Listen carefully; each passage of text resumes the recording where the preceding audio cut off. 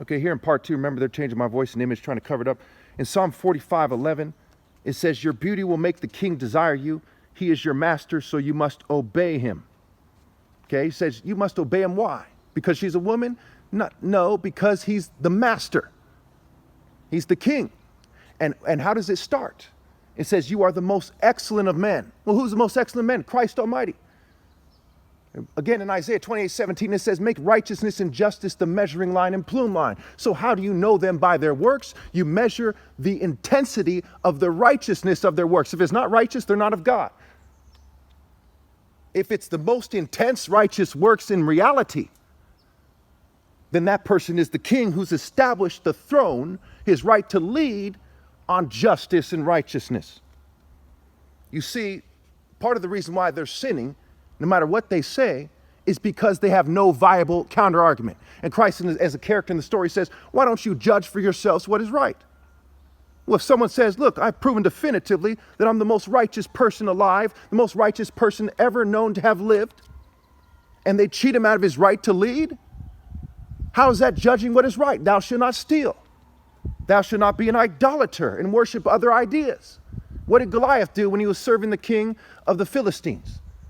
He was serving Dagon. The king is the representative of the idol or the god that he serves, that he follows, that the spirit of that idea is in that king. So Goliath and the Philistines were Dagonians. The Babylonians were Baalins, so to speak. They were Baalists. They follow Nebo and Baal. And then there's Chemos. They follow these other ideas other than focused moral intensity and universal pinpoint moral precision and moral discipline and moral focus and moral timing and moral wisdom and moral greatness and moral prowess. Because God is known by his acts of justice. The king is known by his righteous intensity. When David said to Goliath, he said, this very day I will strike you down and cut off your head, and the whole world will know that there's a God in Israel. He said the whole world will know. How? Because it was single combat, and he used a sling, and they used to stone people to death. But the refinement of single combat is hand-to-hand combat, the right hand of God, the lead hand in sparring, light contact. The sun, the symbol of the bridegroom, Psalm 19, the symbol of the champion. That's why Christ said, I came to bring a sword, not a sling. That's why it's called a spirit.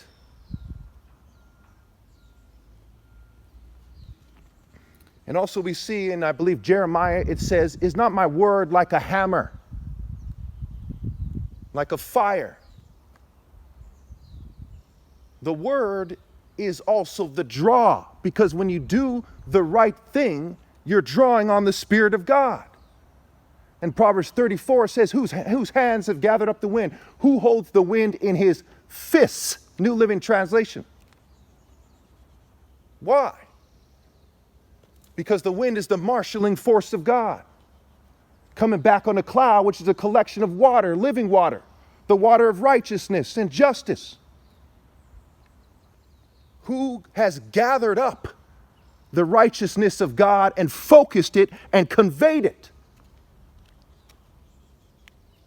Who has wrapped up the waters in a cloak? In Isaiah 59, it says he wrapped himself in zeal as in a cloak.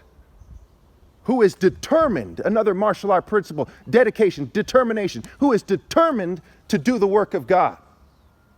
And it says, blessed are you who are persecuted for righteousness' sake. So who is persecuted for righteousness' sake? Who has built the throne on justice? Who holds the wind in his fists? It says, what is his name?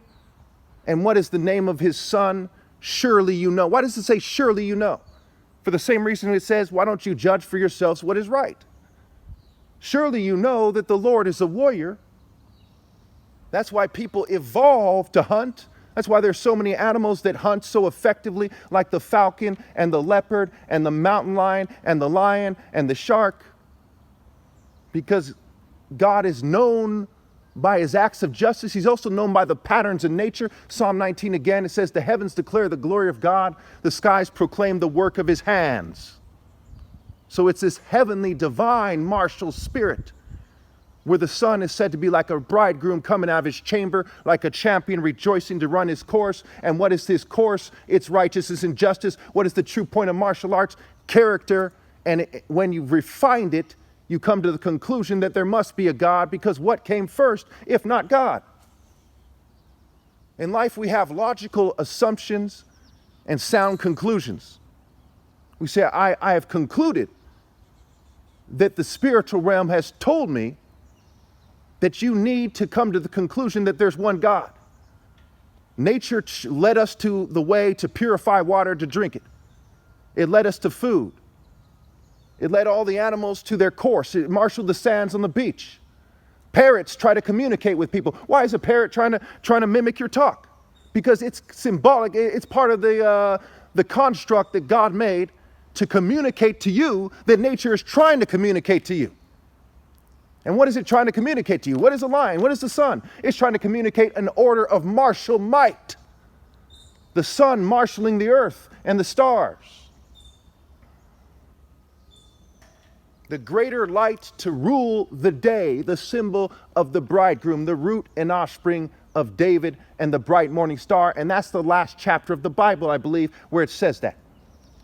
It says, deliver this message to the churches. The reason why angels are depicted with spears and swords. And they're depicted with wings, which goes back to the birds that eat the flesh of the Philistine army after David struck down Goliath and cut off his head with his own sword. Again, overkilling that he came to bring a sword. And in Hebrews it says that it's the sharp double-edged sword of Scripture. It's sharper than any double-edged sword. In Revelation 19, there's a double-edged sword coming out of the mouth of Christ. Just like the heavens declare the glory of God, it's the actions. There's a sharp double-edged sword coming out of my actions. Why? Because I'm doing God's work in the end as the signs are clear. Technology has advanced past a certain point. You don't know if the government's going to hack your brain. You can't trust the world and the nations of the world because it's been out in the news that they have technology to read your mind. They've been controlling reproduction with eugenics. Francis Galton, who coined the term, the grand plan of the neo-colonial oppressor is consistent with the formula that Babylon laid down for rebellion. Nebo is a deity of technology. Baal is a deity of merchants, globalists, corporate partnerships. The wickedness is great. As it says in the New Testament, it says the sign of the times is there'll be an increase in wickedness. We see Satanists everywhere in their various forms, coming out of the closet and otherwise. And just like it says in Luke 23, it said, blessed are the childless women, the breasts that never nursed and the wombs that never bore. For if this is what happens when the grass is green, when the vine is green, when righteousness is everywhere, what will happen when it's not? Because without a moral and righteous path, without a just path, one cannot draw on the Spirit of God. If they can't draw on the Spirit of God, they can't do the work of God. And Christ, as a character in the story, said, not everyone who calls on my name will go to heaven, only the one who does the will of my Father. So if you can't do the work of God, you're not going to heaven. If you know your kids, your offspring can't do the work of God, you can't have any kids and still be right with God. Therefore, it is the end. It is the end of all moral paths. Heaven and earth pass away because, like it says in James, the body without the Spirit is dead. As the body without the Spirit is dead, faith without works is dead. The planet without the works of God is the realm of the dead. The realm of the spiritually sick. And say, behold, a pale horse, and on him sat death, and hell followed with him. And what is hell? Hell is the absence of the righteousness of God to the point where you're being punished. So first their inner soul, their essence rots. Then they go to the source of that rebellion and the automatic punishment that accompanies it. But when you walk in the way of righteousness along the paths of justice, you go to the source of justice. You go through the gate, through my heart, through my being to God. Again, going back to Luke 6:46, says, why do you call me Lord, Lord, and do not do what I say?